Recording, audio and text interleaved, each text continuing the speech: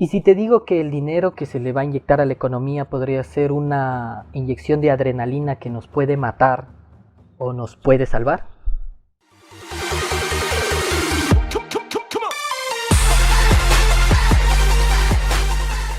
Primero hagamos el ejercicio del dinero. El dinero fue necesario al crearse el comercio, pero antes se utilizaba el trueque y todo ese tipo de cuestiones, pero tenían un problema de estándar. ¿Cuál era ese problema de estándar? Que si yo cambiaba 10 huevos por una vaca y esa vaca por 2 cuyes, los 2 cuyes valían 10 huevos. Entonces ese tipo de dudas creó la necesidad de crear algo estándar. Entonces existían bodegas seguras, o almacenes, o cajas fuertes, en la que tú ibas y dejabas una cierta cantidad de oro, porque el dinero solía representar oro. Te daban un papelito que decía vale por tanto oro, vale por 10 libras de oro, 1 libra de oro, por 10 gramos de oro, por lo que sea. Te entregaban ese papel y tú podías comerciar con ese papel. El gobierno se dio cuenta que eso era gran negocio. Entonces, ¿qué hizo? Lo adoptó, atrayendo a todas esas bodegas a depositar ese oro en un banco central. De ahí nace la idea de banco central. El banco central será el banco de los bancos. Entonces el banco central empezaba a expedir en cambio esos vales, pero esos vales, al ser del banco central de toda una nación, se llaman moneda. ¿Cuál es ese vale? El euro, el dólar, la libra, el peso, el sol. ¿Qué empieza después? Se desvinculó el oro de la moneda. Por eso si tú tienes ahora 10 dólares, 100 dólares, tú no puedes ir a un banco comercial o a un banco central a pedir que te den eso en oro. No se puede. A mucho caso de 100 dólares te pueden dar 10 billetes de 10, te pueden dar billetes de 20, 100 billetes de 1, etcétera, etcétera. Entonces ahora la moneda vale la moneda, ya no vale oro. Entonces esas bodegas que existían antes no dejaron de existir y se convirtieron en bancos comerciales. Al convertirse en bancos comerciales son en los que tú, yo y todas las personas comunes vamos y tenemos una cuenta. Y el Banco Central tendrá las cuentas de esos bancos. El Banco Central y los bancos comerciales tienen algo que se llama un sistema de operaciones fraccionarias, ¿sí? Esto no va a ser complicado, va a ser muy fácil de entender. Cuando existe dinero en un banco comercial, se la deposita en un banco central. El Banco Central le da una cierta cantidad de garantías a ese banco comercial. Una de esas es que pueda hacer operaciones fraccionarias. Quiere decir que si es que el banco tiene $1, pueda en este caso prestar $100 y recibir los intereses de esos $100, y así se genera dinero comercial. Entonces sabemos que el dinero de banco comercial se crea a partir de cuánto dinero tienen en banco central. A más dinero en banco central, más dinero pueden prestar a la gente en general.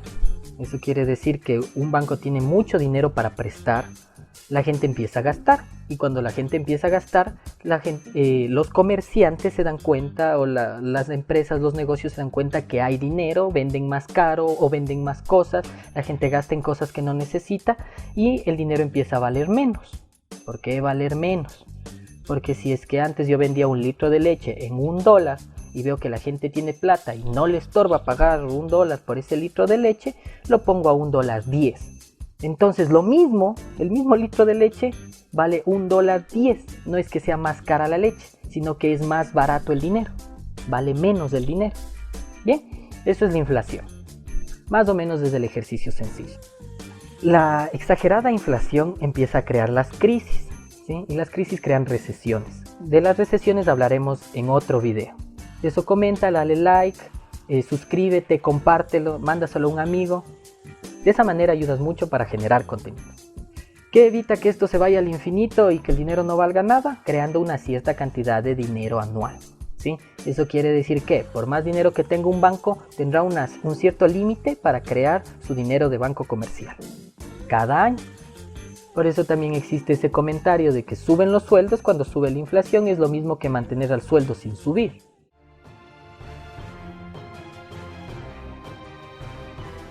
Existen operaciones de mercados abiertos. ¿Qué quiere decir eso? Cuando se entra a crisis, ¿qué es lo que usualmente suele pasar? Los bancos centrales piden permiso para imprimir la moneda, pero no es imprimir físicamente, sino darle a un clic y hacer que se cree mucho dinero. Es decir, crea una cierta cantidad de dinero, $1 millón, ya lo creó el Banco Central, y se lo da a los bancos comerciales. Los bancos comerciales le dan pagarés, o les dan títulos de deuda. Es un título de deuda un escrito donde dice: yo, banco tal, le debo al Banco Central tanto dinero y lo pagaré en 1 año, en 6 meses, en 3 días, en el tiempo que se estipula. Entonces el Banco Central se llena de papeles, de pagarés, ¿sí? Y los bancos comerciales se llenan de dinero ficticio. Pero ¿cómo hacen ese dinero ficticio dinero real? Prestándolo. Si sabemos que se puede hacer de una unidad 100 veces prestarla, si un banco se acredita $1 millón, podrá crear $100 millones a partir de eso. Entonces tengamos en cuenta eso. El dinero ficticio se lo depositó en el Banco Central. El Banco Central lo acredita a las cuentas de los bancos comerciales. Y los bancos comerciales se lo acreditan a las cuentas de los socios. Entonces empieza a haber más dinero. Y repetimos lo mismo. La gente empieza a ver más dinero, empieza a gastar y por aquí y por allá. Todo empieza a cambiar en ese momento. Y empieza a seguir generándose inflación. Ahora, cuando se generó esta crisis de la pandemia, existen grandes problemas de liquidez. ¿Qué quiere decir eso? Que los bancos empiezan a no tener ese dinero que debió haber retornado a ellos. ¿Por qué? Porque hay gente que no puede pagar. Si la gente no paga, los bancos no prestan. Cuando un banco no presta, no recibe interés. Y si no recibe ese interés extra, entonces ¿cómo le paga a la banca del Estado? Eso es una crisis. Tenemos un gran problema. Y es que las economías no se están moviendo. Como lo dije en un anterior video, la economía en tiempos de pandemia, que lo podrás ver si le das a esta tarjetica de acá arriba, por primera vez en la historia ha caído la oferta y ha caído la demanda. No hay oferta y no hay demanda. Ambas cosas han caído. Si ambas cosas han caído en estos momentos, existe una incertidumbre sobre qué pasará luego. Pero ¿qué es lo mejor que pueden hacer los bancos y los estados? Pues pensar que pueden inyectarle más dinero a la economía, porque es lo que han venido haciendo. Y tal vez pensar de otra manera los llevaría a no estar dentro del sistema mundial y obviamente no gozar de los beneficios de estar dentro de ese sistema mundial. Los países que tienen su propia moneda corren ese riesgo de inyectar demasiado dinero a una economía y crear una inflación demasiado alta. Es decir, se conceden muchos créditos fácilmente, se le da mucho dinero a la gente, entonces el dinero empieza a tener menos valor.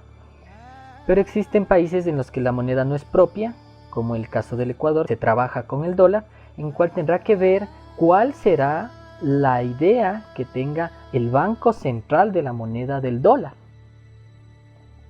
Entonces esa inyección de economía puede crear una altísima inflación, o en cambio, prestar fácilmente ese dinero podrá ayudar a los emprendedores e inversionistas a volver a remontar la economía, a volver a crear empleos, negocios, a volver a comprar tierra para poner a industrias, fábricas, etc. Entonces por esa razón la inyección de economía será adrenalina que o bien puede salvar al país como bien puede matarlo. Muchísimas gracias.